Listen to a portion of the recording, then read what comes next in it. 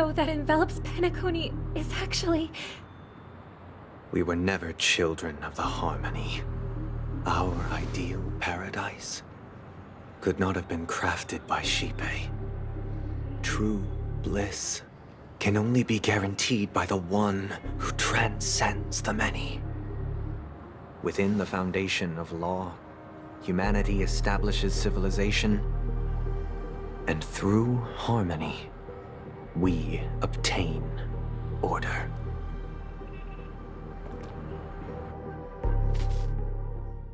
Unbelievable. To think that there would be remnants of the Order on Penacony. What have you done with Mr. Yang and Miss Robin? Don't worry. I just gave them some time alone to ponder their fates. You should know that these actions make you an enemy of the Astral Express. Should we need to stand against the Nameless, it would only be myself and the Oak family involved. But we haven't reached that point yet, have we? Your efforts for the justice of Penacony are evident to everyone, and have been widely observed. Smart kid. You're just as sharp as the other one. If it is the Order that drove you to imprison Welt and Robin, and you're using them to coerce our compliance, then there'll be no point in entertaining any type of discussion. You're mistaken, Miss Himiko. They are in very safe hands, and just as the family has always proclaimed, no one can be harmed in the dreamscape, least of all in the beautiful new world belonging to the Order. Penacony and the entire universe have witnessed far too much innocent bloodshed. The strong wield their blades against the weak, and the victors push the vanquished to the brink of life. Natural selection. The world abides by this principle, establishing the well-being of humanity atop the corpses of the downtrodden. Only we, or rather, I, possess the power to put an end to this farce. So you've decided to resurrect a dead Eon? No one's ever done such a thing. If Miss Himiko is interested, let's draw back the veil and speak candidly. I've always firmly believed that people can understand one another through peaceful means. I'm willing to divulge the unembellished truth as to the intentions of the Order's Pathstriders, so that you will make better judgment for the Astral Express, for Penacony, and for this stretch of the universe. Words can hardly do justice to the beauty of that ideal.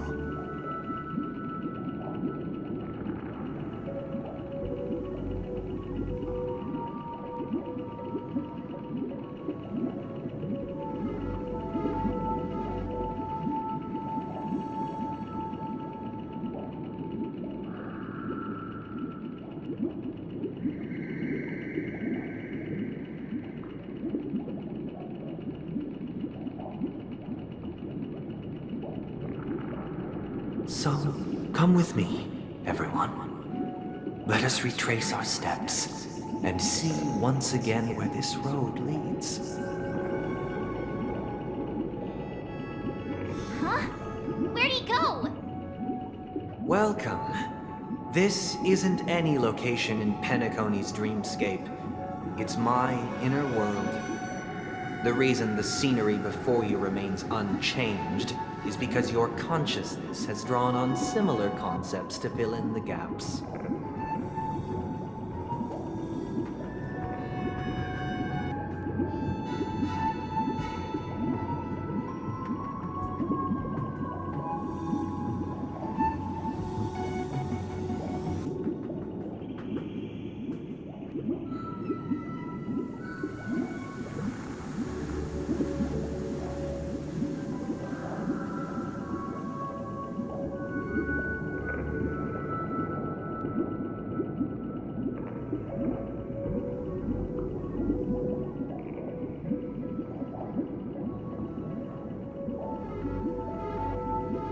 Did you do the same to Welt? It's a tuning process. Stronger in effect and more draining on the mind. The gray-haired guest has experienced it before, so she should understand what it entails.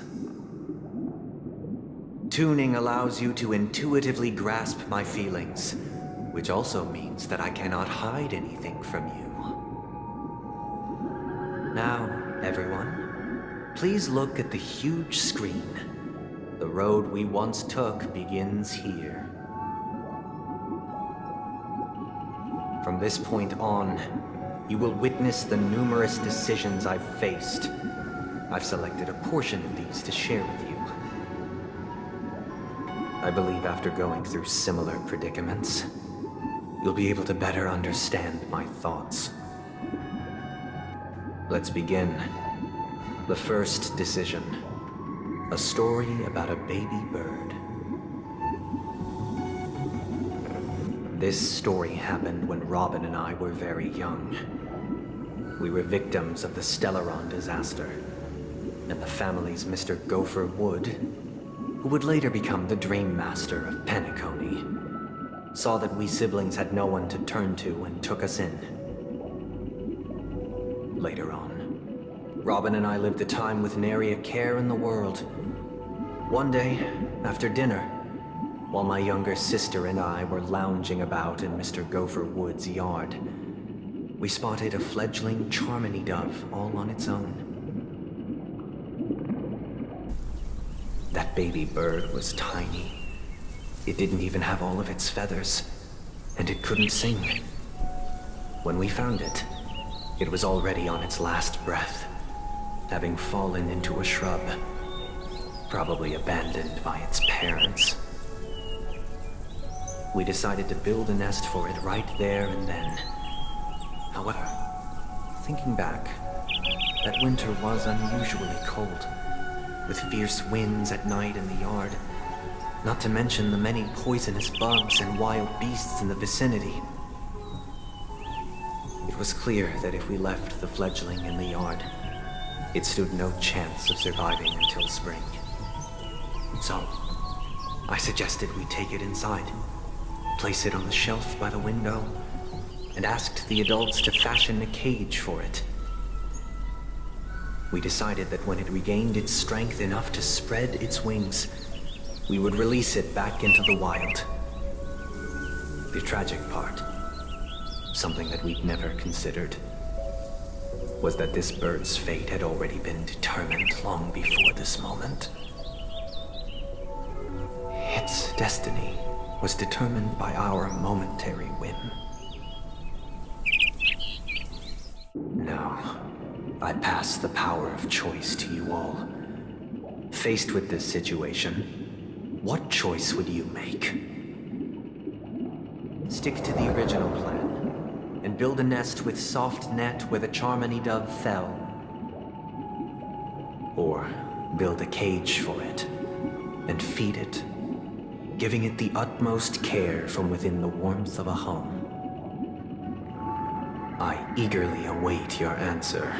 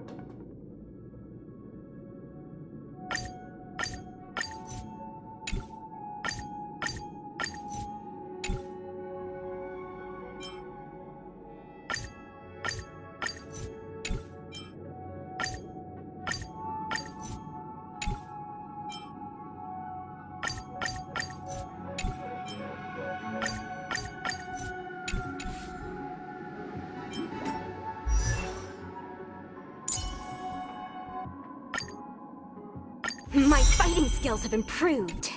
I should let my mom know.